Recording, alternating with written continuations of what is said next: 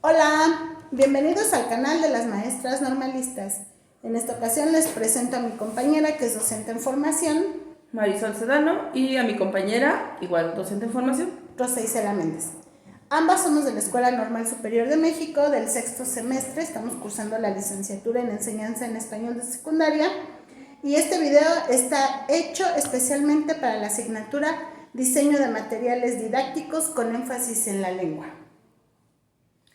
Vamos a empezar con lo que nos lleva a realizar el trabajo.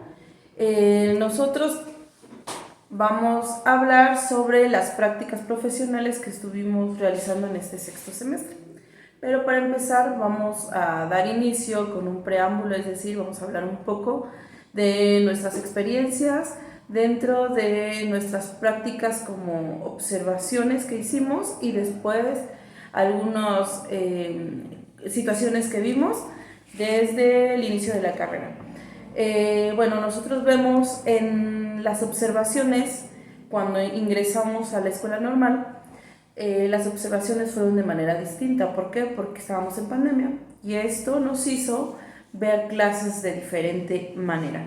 ¿Qué es lo que observamos nosotros? La maestra se conectaba por medio de Meet, por medio de Zoom, en una plataforma para poder dar sus clases, y lo que observábamos era cámaras apagadas, no había mucha socialización entre los alumnos, y en ocasiones era muy frecuente que la misma persona que contestaba las actividades era recurrente en su clase y los otros eran como ausentes. Entonces, también pudimos observar que los maestros preparaban materiales didácticos en estas plataformas, algunos con PowerPoint, otros hacían juegos, algunos diseñaban preguntas en los forms o en las pizarras de Jamboard, ¿sí? Jamboard. Y eso hacía interesante la clase, ¿no? Esas actividades lúdicas, esas material didáctico que los profesores preparaban, pues sí se notaban en esas clases virtuales. Pero ¿qué pasa cuando damos el salto a las clases de manera presencial, a las clases normales? Nos encontramos con lo de siempre. Clases de 50 minutos donde el maestro ya trae la actividad y solo usan el cuaderno, el libro de texto y en ocasiones algunas hojas para hacer actividades didácticas, pero hasta ahí se limitan. Y pues al ver nosotros esto, podemos evidenciar en estos primeros 4 semestres, 2 semestres que fueron la observación y posteriormente el tercer 4 semestre, que efectivamente los maestros de secundaria usan poco los materiales didácticos, algunas clases son nulas, algunas clases no usan nada, y no sé si quieres agregar algo más en este inicio de nuestra formación. Bueno, de hecho, podemos mencionar que hasta hubo maestros que ni siquiera prendían las cámaras. Entonces, esa es una forma de cero motivación para el alumno. Y pues no se diga a ellos, básicamente tomaban clases con las cámaras apagadas y las prendían era únicamente para jugar y pues toda la clase se iba entre juegos, ¿no? Pero algo que me llamó a mí mucho la atención fue que una maestra de física hizo varias presentaciones en PowerPoint y hasta muñequitos con movimiento les metía, pero era un movimiento en relación al tema que estaban dando. Entonces, para ellos era sumamente atractivo ver que el muñequito estaba haciendo lo que la maestra estaba explicando, y creo que, bueno, aunque no fuera un material con el que ellos pudieran tocar o armar, era algo que les atraía, ¿no? Y en ocasiones también pude ver que hubo maestras que, bueno, pues para nada podían ocupar el material. Regresando a la maestra de física, recuerdo que en alguna ocasión les pidió un material, les pidió un imán, un vaso, agua y un alfiler. Pues aún estando en casa nadie lo tenía a la mano. Muchos dijeron no conseguí el imán, no voy a hacer la actividad. Y la maestra les dijo, ¿saben qué? Corran al refrigerador, sus mamás seguro ahí tienen alguna de esas tarjetitas que nos dan de propaganda, esa les puede servir. Y entonces la maestra pudo rescatar Lo que sí, bueno, pues les pidió que tuvieran cuidado con el agua, por las computadoras, por los celulares, porque finalmente pues se hacían señas los niños y ahí se perdía como que mucho interés de la clase. Pero la maestra supo muy bien volver a captar su atención por medio de ese material y creo que sí fue un gran reto para los maestros porque pues estábamos acostumbrados a las clases, pues como lo dijo mi compañera, no únicamente el cuaderno, el libro, las copias y párale de contar, ¿no? Entonces, aquí lo importante es que también vino como a refrescar esa parte que hace mucha falta en la educación porque pues los muchachos también están hartos de siempre, todas las clases, desde que inicia hasta que termina el horario, solo leer, escribir y nada de, pues de ver algo novedoso, ¿no? Algo diferente que los motive a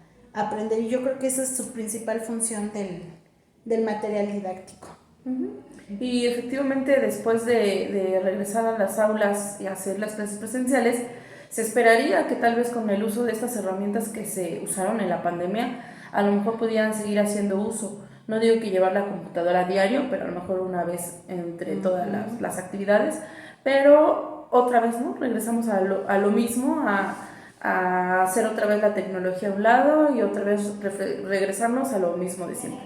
Y entonces, cuando nosotros vamos de práctica cuarto, quinto semestre, sí, observamos también que las clases de los maestros siguen siendo así, tradicionalistas, o no quiero decir tradicionalistas, sino sin poco o muy poco material didáctico o casi nada. Y esto es como un reto para nosotras y entonces vamos a empezar a describir lo que nosotros experimentamos durante ahora este sexto semestre, que tenemos un poquito más de noción, ya tenemos estructurado cómo se maneja una clase, inicio, desarrollo y cierre, y que posiblemente hasta en el inicio podemos ocupar algo muy rápido, pero que haga que los alumnos se muevan de su lugar y que puedan tener visualmente un material que les ayude a recordar posteriormente, no digo mucho tiempo, pero a lo mejor sí, lo que han aprendido, ¿no? Y entonces, para empezar, voy a mencionar sobre las prácticas sociales del lenguaje que me tocaron. La primera fue sobre las lenguas indígenas, la diversidad multicultural de las lenguas indígenas, y aquí los alumnos tenían que hacer una investigación. Entonces, como material didáctico, primero mostré a los alumnos lo que eran las lenguas indígenas, la página de internet donde podíamos investigar sobre las diferentes lenguas. Ellos diseñé un mapa grande para que ellos pudieran identificar las regiones donde se hablaban las lenguas y identificaron que hay 64 lenguas en México, de las cuales 14 son más habladas, 14 son las menos habladas y las 36 que sobran son las regularmente habladas, pero las que son mínimamente habladas ya nada más son 20, 30 personas las que las hablan, y con eso nos empezamos a dar cuenta de la pérdida de nuestra lengua, que como yo les hacía énfasis, es algo que se vino perdiendo por las costumbres, porque la gente ya no vive en la región, por muchos factores, ¿no? Que es lo que afecta y lo que en realidad da la diversidad de perder esta parte, ¿no? De la lengua. Y como material didáctico ocupé un memorama, el cual tenía las tarjetas, como podemos observar. Viene el dibujo, viene la parte de arriba en castellano, español castellano, la palabra, y en la parte de abajo viene en náhuatl, lo que significa. Y entonces los alumnos tenían que ir volteando las tarjetitas para que vieran que las palabras en su significado náhuatl, en su significado de español. Y por ejemplo aquí vemos que son cosas muy tradicionales, son el cacahuate, el aguacate, elementos que son de la vida cotidiana, y con esto pues se les llamaba la atención el jugar el memorama. Hicieron su investigación y pudieron identificar dónde se hablan y pudieron hacer una reflexión de la pérdida de nuestras lenguas. Y eso sería como a grandes rasgos la primera práctica. Te doy pie a que... Ok, yo voy a retomar un poquito el inicio de mi compañera. Se le fue mencionar que nuestra práctica fue en la escuela secundaria número 2, Ana María Berlanga. Bueno, retomando lo de las primeras prácticas, a mí me tocó el llenado de formularios. Para empezar, creo que fue un tema bastante denso porque viene muchos temas de reflexión, entre ellos el uso de los verbos, el, la voz pasiva, la voz activa, y el maestro con el que estuve trabajando le gusta como retomar mucho esa parte y darle todo el peso a esa parte de la reflexión sin dejar de lado el proyecto, ¿no?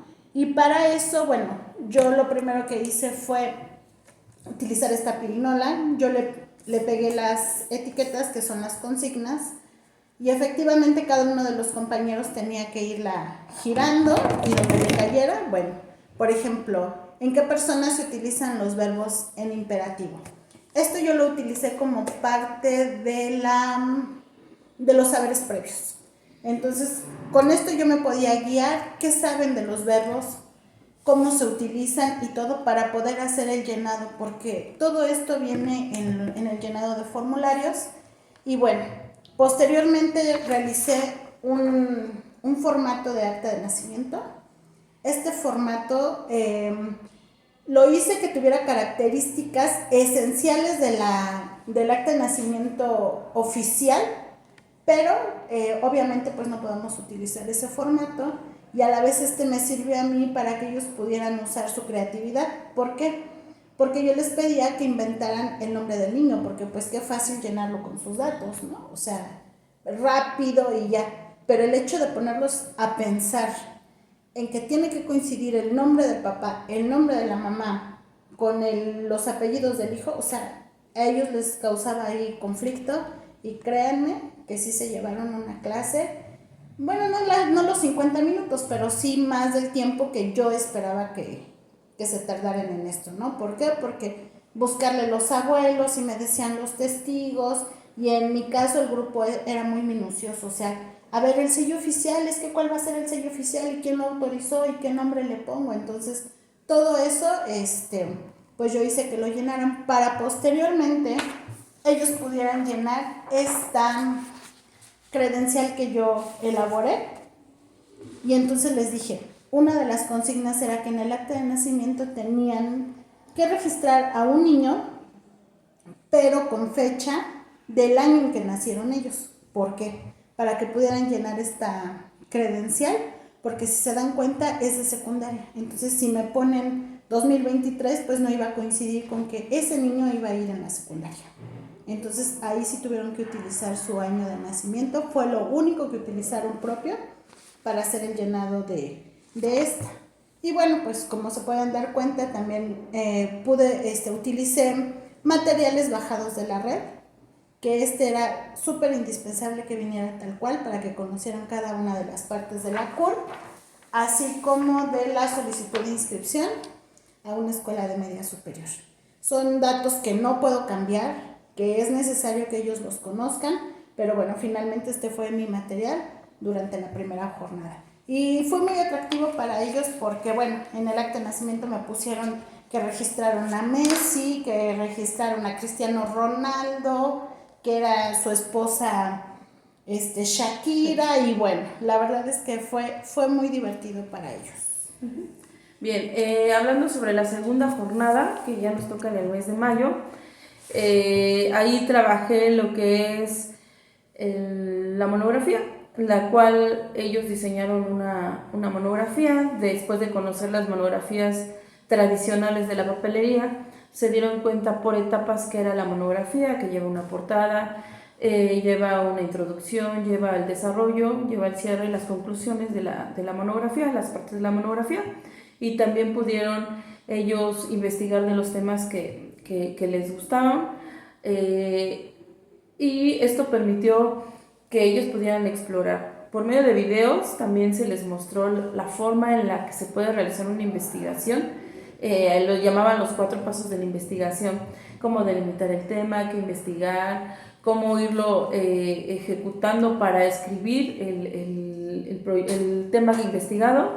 También vimos las fichas temáticas, vimos los conectores para introducir ideas dentro de su texto de la monografía.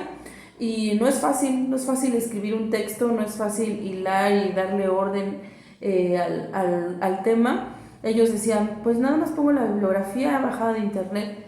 Y entonces ahí me di a la tarea de yo investigarles de fuentes confiables. Ellos sacaban de Wikipedia, también les hice la mención que Wikipedia no es una fuente confiable, monografías.com tampoco, pero que a lo mejor ellos vieran la diferencia entre un archivo de una revista y que pudieran contrastarla con lo que ellos investigaban.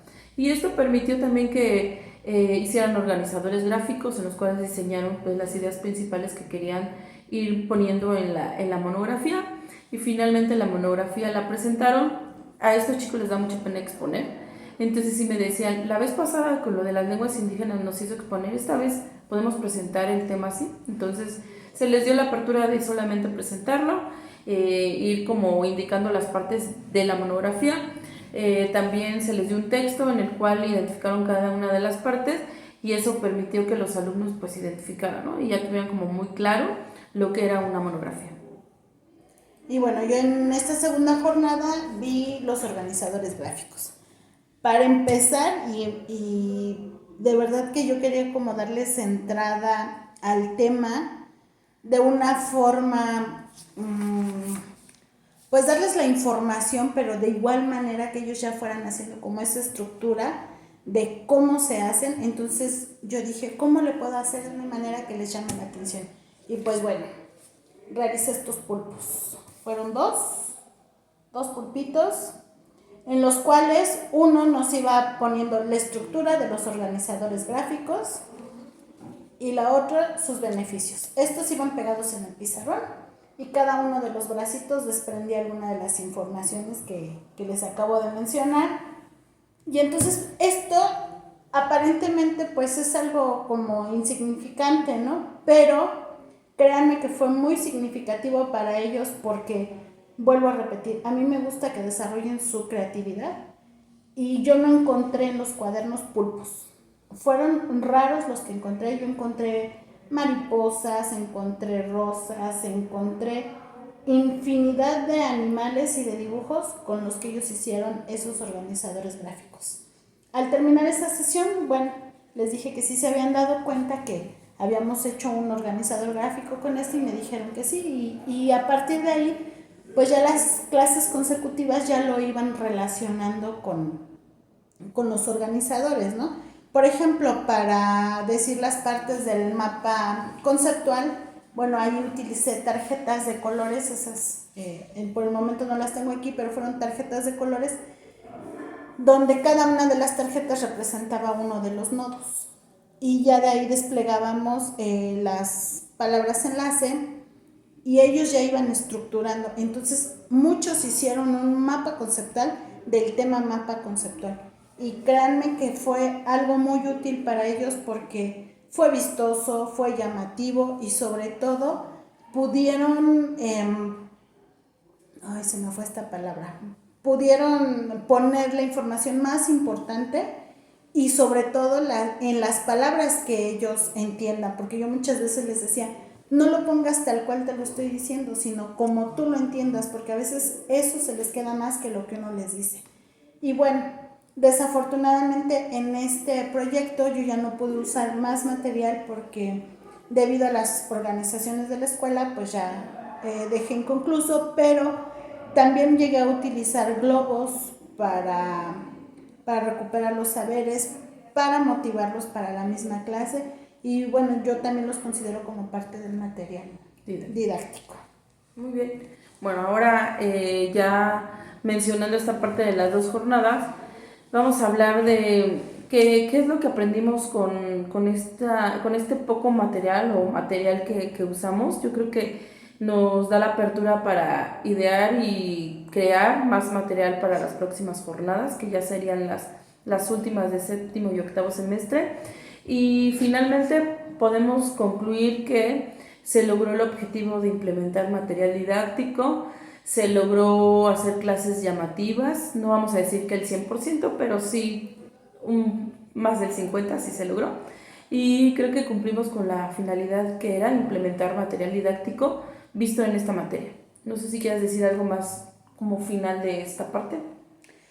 Pues sí, como bien dices, sí se cumplió la meta de que ellos pudieran ver de otra manera las clases, que de alguna forma les llamara la atención, fuera significativo lo que hacían, y definitivamente yo soy de las personas a favor de la creación de material didáctico. Esto tal vez nos lleva a utilizar más tiempo como docentes, pero los resultados son favorables. Muy bien. Y a manera de conclusión, podemos mencionar que el uso de material didáctico no solo es para el docente, no solo es para llamar la atención de las clases, sino para atraer al alumno y que el alumno también explore su creatividad, que él también, como lo dijo mi compañera, ella diseñó unos pulpos y los niños crearon otra cosa.